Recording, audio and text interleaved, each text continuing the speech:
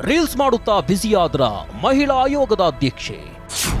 ತುಂಬು ಗರ್ಭಿಣಿಯ ಮರ್ಯಾದಾ ಹತ್ಯೆ, ಆಕ್ರೋಶಕ್ಕೆ ತುತ್ತಾದ ನಾಗಲಕ್ಷ್ಮಿ ಚೌಧರಿ. ಗರ್ಭಿಣಿ ಹತ್ಯೆ ಪ್ರಕರಣದಲ್ಲಿ ಆಯೋಗದ ಮೌನ ಪ್ರಶ್ನಿಸಿದ ಮಹಿಳೆಯರು. ನಾಗಲಕ್ಷ್ಮಿ ಚೌಧರಿ ಮೇಲೆ ದಲಿತ ಸಂಘಟನೆಯಿಂದ ಆಕ್ರೋಶ.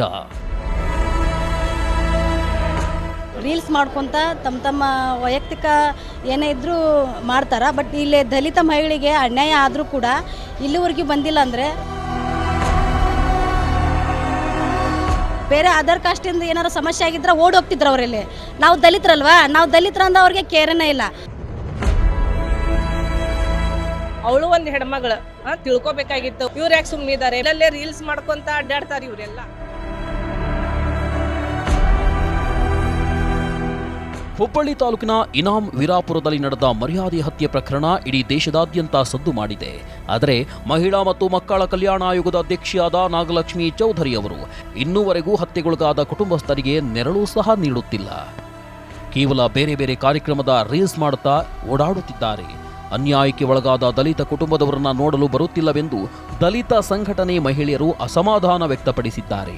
ಹೌದು, ಇದೇ ತಿಂಗಳು 21ರಂದು ಹುಬ್ಬಳ್ಳಿ ತಾಲೂಕಿನ ಇನಾಂ ವೀರಾಪುರದಲ್ಲಿ ಗರ್ಭಿಣಿ ಪುತ್ರಿ ಮಾನ್ಯಾಳನ್ನ ತಂದೆಯೇ ಕೊಚ್ಚಿ ಕೊಂದಿದ್ದಾನೆ. ದಲಿತ ಹುಡುಗನನ್ನ ಮದುವೆಯಾಗಿದ್ದಕ್ಕೆ ಈ ಮರ್ಯಾದೆ ಹತ್ಯೆ ನಡೆದಿದೆ. ಇನ್ನು ಹತ್ಯೆ ಇಡೀ ರಾಜ್ಯವನ್ನೇ ಬೆಚ್ಚಿ ಬೀಳಿಸಿದ್ದು ತಂದೆಯ ಕೃತ್ಯಕ್ಕೆ ಆಕ್ರೋಶ ವ್ಯಕ್ತವಾಗುತ್ತಿದೆ. ಅಲ್ಲದೆ ದಲಿತ ಸಂಘಟನೆಗಳು ಹೋರಾಟಕ್ಕೆ ಮುಂದಾಗಿದ್ದಾರೆ. ಇಷ್ಟೆಲ್ಲ ಆದರೂ ಮಹಿಳಾ ಮತ್ತು ಮಕ್ಕಳ ಕಲ್ಯಾಣ ಆಯೋಗದ ಅಧ್ಯಕ್ಷರಾದ ನಾಗಲಕ್ಷ್ಮಿ ಚೌಧರಿ ಅವರು ಇನ್ಸ್ಟಾಗ್ರಾಮ್, ಫೇಸ್ಬುಕ್ ರೀಲ್ಸ್ ಕಾರ್ಯಕ್ರಮದಲ್ಲಿ ನಿಂತಿದ್ದಾರೆ ಹೊರತು ಅನ್ಯಾಯಕ್ಕೆ ಒಳಗಾದ ದಲಿತ ಕುಟುಂಬದವರನ್ನ ನೋಡಲು ಬರುತ್ತಿಲ್ಲವೆಂದು ಆರೋಪ ಕೇಳಿಬರ್ತಿದೆ. ಬೇರೆ ಏನೇ ಆದರೂ ಓಡೋಡಿ ಹೋಗುವ ನಾಗಲಕ್ಷ್ಮಿಯವರು ಇಂತಹ ಕೃತ್ಯವಾದರೂ ಯಾಕೆ ಇತ್ತ ಕಣ್ಣು ಹಾಯಿಸ್ತಿಲ್ಲ? ದಲಿತರಿಗೆ ಅನ್ಯಾಯವಾಗಿದೆ ಅಂದ್ರೆ ಯಾಕೆ ಬರುತ್ತಿಲ್ಲವೆಂದು ಮಹಿಳೆಯರು ಸಿಡಿದೆದ್ದಿದ್ದಾರೆ. ಸರ್, ಈ ಘಟನೆ ಆಗಿ 21ನೇ ತಾರೀಕಿಗೆ ಘಟನೆ ಆಗಿದೆ. ಆದರೆ ಇವರು ಮಹಿಳಾ ಆಯೋಗದ ಅಧ್ಯಕ್ಷರು ಏನಿದಾರಲ್ಲ ನಾಗಲಕ್ಷ್ಮಿ ಚೌಧರಿ ಅವರು ಬರಬೇಕಿತ್ತು. ಅವಳು ಒಂದು ಹೆಣ್ಮಗಳು ತಿಳ್ಕೊಬೇಕಾಗಿತ್ತು. ಒಂದು ಯುವತಿ ಮೇಲೆ ಕೊಲೆ ಆಗಿದೆ ಅಂದಮೇಲೆ ಇವ್ರು ಯಾಕೆ ಧ್ವನಿ ಎತ್ತಿ ಸರ್ಕಾರದ ವಿರುದ್ಧ ಹೋರಾಟ ಮಾಡ್ತಾ ಇಲ್ಲ? ಇವ್ರು ಯಾಕೆ ಸುಮ್ಮನಿದ್ದಾರೆ? ಬೇರೆ ಬೇರೆ ಕಾರ್ಯಕ್ರಮಗಳಿಗೆ ಹೋಗಿ ಅಟೆಂಡ್ ಆಗ್ತಾರೆ ಇವರು. ಇಂಥ ಕೊಲೆ ಈ ನಮೂನಿ ದಲಿತರ ಮೇಲೆ ಅತ್ಯಾಚಾರ ಆಗಿದೆ, ಅನ್ಯಾಯ ಆಗಿ ಟೋಟಲ್ಲು ಎಲ್ಲ ಕಡೆ ಆಗ್ತಾ ಇದೆ. ಅತ್ಯಾಚಾರ ಆಯಿತು, ಅನ್ಯಾಯ ಆಯಿತು, ಜಾತಿ ನಿಂದನೆ ಆಗ್ತಾ ಇದೆ. ಬಟ್ ಇವರೆಲ್ಲ ಸುಮ್ಮನೆ ಇದ್ದಾರೆ. ಎಲ್ಲ ರಾಜಕೀಯದವರಾತು ಟೋಟಲು ಮಹಿಳಾ ಆಯೋಗದಾಗ ಒಂದೇನು ಇವರು ಒಂದು ದೊಡ್ಡ ಪ್ರಮಾಣದಾಗ ಒಂದು ಹುದ್ದೆ ಇಟ್ಕೊಂಡು ಇವತ್ತು ಒಂದು ಯುವತಿ ಸತ್ತಾಳ ಅನ್ನೋದು ಇಡೀ ರಾಜ್ಯಾದ್ಯಂತ ಎಲ್ಲರೂ ನೋಡಕ್ಕೆ ಕುಂತಾರ. ಆದರೆ ಇವರು ಯಾಕೆ ಸುಮ್ಮನೆ ಅದಾರ ಇವರು ಅನ್ನೋದು ನಮ್ಗೆ ಗೊತ್ತಾಗ್ತಾ ಇಲ್ಲ. ಅಲ್ಲಲ್ಲೇ ರೀಲ್ಸ್ ಮಾಡ್ಕೊತ ಅಡ್ಡಾಡ್ತಾರೆ ಇವರೆಲ್ಲ. ಬೇರೆ ಬೇರೆ ಕಾರ್ಯಕ್ರಮಗಳಿಗೆಲ್ಲ ಹೋಗಿ ಪೋಸ್ ಕೊಟ್ಟು ಇವ್ರು ಫೋಟೋ ತಗೊಳ್ಳೋಕ್ಕಿಂತ ಮುಂಚೆ ಇಲ್ಲಿ ದಲಿತ ಒಂದು ಮಹಿಳೆ ಇವತ್ತು ನಮ್ಮ ಕುಟುಂಬಕ್ಕೆ ಬಂದಾಳಂದ್ರೆ ಅವಳು ದಲಿತ ಮಹಿಳೆ ಅಂತ ನಾವು ಸ್ವೀಕಾರ ಮಾಡಿದ್ವಿ. ಸ್ವಾತಂತ್ರ್ಯವಾಗಿ ಬದುಕೋಕ್ಕೂ ಪ್ರತಿಯೊಬ್ಬರು ಮಹಿಳೆಯರಿಗಿದೆ ಈ ಸಮಾಜದಾಗ. ಆದರೆ ಈ ಥರ ಅನ್ಯಕೃತ್ಯ ನಡೆದರೂ ಕೂಡ ಇದುವರೆಗೆ ಇವರು ಯಾಕೆ ಬಂದಿಲ್ಲ ಈ ಮಹಿಳಾ ಆಯೋಗದ ಅಧ್ಯಕ್ಷರು ಅನ್ನೋದು ನಮಗೊಂದು ಪ್ರಶ್ನೆ ಆಗಿದೆ. ನಮ್ಮ ದಲಿತ ಸಮಾಜದವರು ಇರಬೇಕೋ ಇರಬಾರ್ದು ಅನ್ನುವಂಥದ್ದು ಈ ಘಟನೆ ನೋಡಿದ್ರೆ ನಮಗೆ ಹಳ್ಳಿ ಒಳಗೆ ಜೀವನ ಮಾಡೋಕೆ ಕಠಿಣ ಅನ್ನುವಂಥದ್ದು ಒಂದು ಇದು ಕಾಡಕತ್ತೈತಿ. ನಾವು ಹುಬ್ಬಳ್ಳಿಯವರ ಆದರೂ ಸದಾ ನಮ್ಗೆ ಹಳ್ಳ್ಯಾಗ ಭಾಳ ಇದು ಒಂದು ಘಟನೆ ಆಗಿದ್ದು ನೋಡಿದ್ರೆ ಆ ಮನ್ತಾನದವ್ರಿಗೆ ನೋಡಿ ಮೊನ್ನೆ ದಿವ್ಸಾನು ಹೋಗಿ ಹಾಸ್ಪಿಟ್ಲ್ ನೋಡಿದ್ರೆ ಅಲ್ಲಿ ಒಂದು ಏನೋ ಒಂದು ಘಟನೆ ನಡೆದೈತೇನಪ್ಪ, ನಮ್ಮ ಜನಾಂಗ ಎಲ್ಲ ಹೋಗಿ ಎಲ್ಲರೂ ಬರಕತ್ತಾರ. ಆ ಹುಡುಗಿಗೆ ಕೊಲೆ ಮಾಡ್ಯಾನಂದ್ರೆ ಅವ ನನಗೆ ಮಾತಾಡೋಷ್ಟು ಶಕ್ತಿ ಉಳಿದಿಲ್ಲ. ಆದ್ರೆ ನಮ್ಮ ರಿಲೇಷನ್ ಅವರು ಅದ್ರ ನನಗೆ ಭಾಳ ದುಃಖ ಆಗತ್ತೆ. ಅವ್ರು ಮಾಡಿದ್ದು ನೋಡಿದ್ರೆ ಅವ್ರನ್ನ ನಮ್ಮನ್ನ ಸುಡಾಕೆ ಬಂದಾರಲ್ಲ ಅವ್ರನ್ನ ಸುಟ್ಟು ಹಾಕ್ಬೇಕು ಅನ್ನುವಂಥದ್ದು ನನಗೆ ಕುದಿತೈತಿ. ಅವ್ರನ್ನ ಒಂದು ಹೆಣ್ಮಗಳನ್ನ ಹುಡುಗನ ತಾಯಿನ ವಿವೇಕಾನಂದನ ತಾಯಿನ ಕೊಡ್ಲಿಲಿ ಹೊಡೆದು ಆಕಿನ ಓದು ಒಂದು ಗಟ್ರದಲ್ಲಿ ಚೆಲ್ಲಾರ. ಅವರು ಒಂದು ಗಟ್ರದಲ್ಲಿ 2 ತಾಸು ಬಿದ್ದಾಳ ಯಮ್ಮ. 2 ತಾಸು ಬಿದ್ದರೂ ಯಾರೂ ಅವ್ರಿಗೆ ಸಪೋರ್ಟ್ ಕೊಟ್ಟಿಲ್ಲ, ಊರಿನವ್ರು ಕೊಟ್ಟಿಲ್ಲ, ಯಾರೂ ಕೊಟ್ಟಿಲ್ಲ. ಹಿಂದೆಗಡೆ ಏನೋ ನಮ್ಮ ಸಂಘಟನೆದವ್ರು ಯಾರಿಗೆ ಫೋನ್ ಹಚ್ಚಿದಾಗ ಅವ್ರು ಬಂದು ಅವ್ರನ್ನ ರಕ್ಷಣೆ ಮಾಡ್ಯಾರ.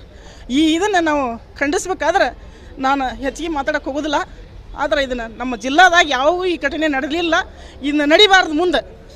ಆ ಥರ ನಮ್ಗೆ ಸರ್ಕಾರ ಒಂದು ರಕ್ಷಣೆ ಕೊಡ್ತೈತೆ ಅಂದ್ರೆ ನಾವು ಈ ಹೋರಾಟ ನಿಂದಿರ್ತೇವೆ.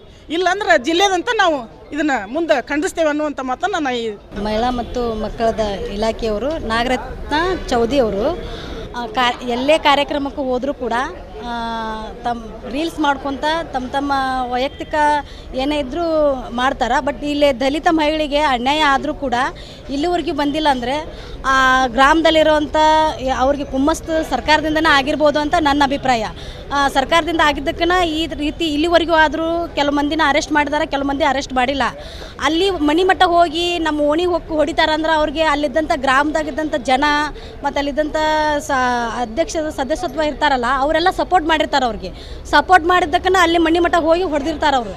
ಫಸ್ಟ್ ಮೇನ್ ಏನು ಮಾಡ್ಬೇಕಂದ್ರೆ ಗ್ರಾಮದಲ್ಲಿ ಐತಲ್ಲ ಆ ಗ್ರಾಮನ ಮೊದಲು ಸ್ವಚ್ಛಗೊಳಿಸ್ಬೇಕು. ಆ ಗ್ರಾಮದಲ್ಲಿ ಯಾರ್ಯಾರು ಕೈವಾಡ ಐತಂತ ಅವ್ರನ್ನ ಸೂಕ್ಷ್ಮವಾಗಿ ಕಂಡಿಡಿದು ಅವ್ರಿಗೂ ಕೂಡ ಶಿಕ್ಷೆ ಹಾಕಬೇಕು. ಸರ್ ಅವ್ರಿಗೆ ಇಷ್ಟೆಲ್ಲ ಸಮಸ್ಯೆ ಆದರೂ ಬೇರೆ ಬೇರೆ ಅದರ್ ಕಾಸ್ಟಿಂದ ಏನಾರು ಸಮಸ್ಯೆ ಆಗಿದ್ರೆ ಓಡಿ ಹೋಗ್ತಿದ್ರು ಅವರಲ್ಲಿ. ನಾವು ದಲಿತರಲ್ವಾ, ನಾವು ದಲಿತರಂದ ಅವ್ರಿಗೆ ಕೇರನೇ ಇಲ್ಲ. ಅಂದರೆ ದಲಿತರು ಬಿಡು ಹೋಗಲಿ ಅವರ ಅನ್ನೋ ಮನೋಭಾವ ಅವ್ರ ತಲೆಯಲ್ಲಿ ಐತಿ. ಆ ಉದ್ದೇಶಕ್ಕೋಸ್ಕರ ಅವ್ರಿಗೆ ಇಷ್ಟು ಸಮಸ್ಯೆ ಆದರೂ ಕೂಡ ಒಂದು ವಾರಗಟ್ಟಲೆ ಆದರೂ ಬರಾಕ್ತಾ ಇರಲಿಲ್ಲ ಸರ್ ಅವರು. ಸರ್ ನಾವು ಅವ್ರಿಗೆ ಖಂಡಿಸ್ತೇವೆ ಸರ್. ಯಾಕಂದ್ರೆ ಅಧಿಕಾರ ಒಳಗೆ ಅದಾರ ಅಂದ್ರೆ ಅವರು ಒಂದು ಹೆಣ್ಮಗಳಾಗಿ ಒಂದು ಹೆಣ್ಣಿಗೆ ಅನ್ಯಾಯ ಆಗೈತೆ ಅಂದ್ರೆ ಅದನ್ನು ಕೂಡಲೇ ಅವ್ರು ಬಂದು ಕ್ರಮ ತಗೋಬೇಕು. ಅವರು ಕೂಡ ಆಗಿಲ್ಲ ಅಂದ್ರೆ ಆ ಸ್ಥಾನದಾಗ ಇರೋದನ್ನ ಅವರು ವೇಸ್ಟ್. ಅವ್ರನ್ನ ಆ ಸ್ಥಾನದಿಂದ ತೆಗೆದ್ರೆ ಇನ್ನು ಯಾವುದಾದ್ರೂ ಒಂದು ಮಹಿಳೆ ಆಗಲಿ ಮತ್ತು ಇನ್ನೊಬ್ಬರು ಅಧಿಕಾರಿಗಳು ಒಳ್ಳೆ ಅಧಿಕಾರಿಗಳಾಗಲಿ ಕೆಲಸ ಮಾಡ್ಬೋದು ಸರ್ ಅದರಲ್ಲಿ. ಒಟ್ನಲ್ಲಿ ಈ ಘಟನೆಯು ರಾಜ್ಯದಾದ್ಯಂತ ಆಕ್ರೋಶ ಮೂಡಿಸಿದ್ದು ದಲಿತ ಸಂಘಟನೆಗಳು ಹುಬ್ಬಳ್ಳಿ ಮತ್ತು ಕಲಬುರಗಿಯಲ್ಲಿ ಪ್ರತಿಭಟನೆ ನಡೆಸಿವೆ. ಸುದ್ದಿ ಬಿತ್ತರಿಸಿದ ಮೇಲಾದರೂ ಮಹಿಳಾ ಮತ್ತು ಮಕ್ಕಳ ಕಲ್ಯಾಣ ಆಯೋಗದ ಅಧ್ಯಕ್ಷರಾದ ನಾಗಲಕ್ಷ್ಮಿ ಚೌಧರಿ ಅವರು ಎಚ್ಚೆತ್ತು ನೊಂದ ಕುಟುಂಬಕ್ಕೆ ನೆರವಾಗ್ತಾರಾ ಎಂಬುದನ್ನು ಕಾದು ನೋಡಬೇಕಿದೆ. Eranna Valikar, public next, Hubballi.